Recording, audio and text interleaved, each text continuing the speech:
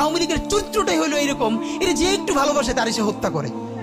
শহীদ president Ziaur Rahman Sheikh হাসিনাকে দেশে আসার অনুমতি দিছিলেন, সুযোগ দিছিলেন এবং বলছে থাক সবাই রাজনীতি করুক।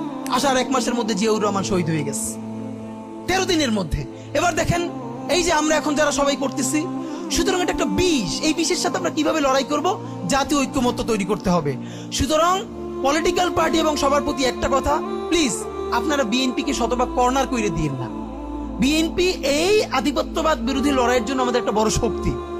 এই শক্তিকে এত বেশি কর্নার করা যাবে না যাতে তারা গিয়ে আওয়ামী লীগের হাত ধরে ফেলে। তারা যদি আওয়ামী লীগের হাত ধরে ফেলে তাহলে লড়াইটা তো আমাদের জন্য আরো কঠিন হয়ে যাবে। বরং বিএনপির প্রতি আমাদের চ্যালেঞ্জ হলো, যেই বিএনপি বাকশালী সংবিধানের প্রতি প্রেম দেখাবে, তার শহীদ জিয়ার ছবিটা সামনে আইনে বলতে হবে যে এই বাকশালী সংবিধান তো জিয়াউর রহমানই ছুঁড়ে মারছিল। বেগম জিয়া বলেছেন এই সংবিধানকে ছুঁড়ে ফেলা হবে। ওমা এখন বেগম জিয়ার চেয়েও নতুন বিএনপি আসছে, বেশি প্রেমের বিএনপি। যেই শহীদ প্রেসিডেন্ট জিয়াউর রহমান ইসলামোফোবিক জায়গা থেকে বাংলাদেশের মুসলমান, বাঙালি মুসলমান সব আইডিয়াকে ধারণ করে বাংলাদেশে জাতীয়তাবাদ তৈরি করলেন।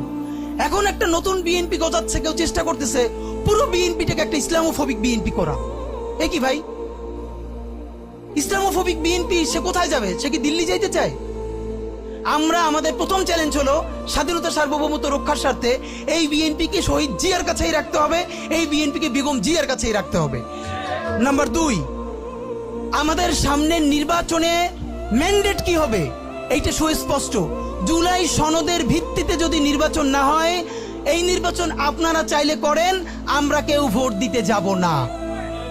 নাম্বার 3, সেই নির্বাচনের পরে সংসদের ম্যান্ডেট কি হবে? সংসদে জুলাইয়ের বর্তমান সনদে যেটা স্বাক্ষরিত হবে সবার ঐক্যমত্যের ভিত্তিতে, এটা নির্বাচনের আগে মানে সংবিধান সংশোধন করা ছাড়াই অধ্যাদেশের বলে বলে যেটা করা সম্ভব সেটা আগেই করে ফেলতে হবে এবং তাকে দিয়ে নির্বাচন করাইতে হবে। এবং আমাদের বিএনপির বন্ধুরা বলছেন 2 বছর সময় নিয়ে তারা সংসদে এইগুলো পাশ করাবেন। 2 বছর চলবে না, সর্বোচ্চ সময় 6 মাস। সংসদের প্রথম 6 মাসের মধ্যে জুলাই সনদের সমস্ত কথাগুলো সংবিধান ইনকর্পোরেট করতে হবে। যদি পারেন নতুন সংবিধান করতে হবে, নতুন সংবিধান করতে না পারলে এইটার মধ্যে ইনকর্পোরেট করতে হবে। রাজনৈতিক বিভাজনের ফাঁকে একমাত্র সমস্ত সুবিধা নেবে ফ্যাসিবাদ, ফ্যাসিবাদের শক্তি এবং আওয়ামী লীগ।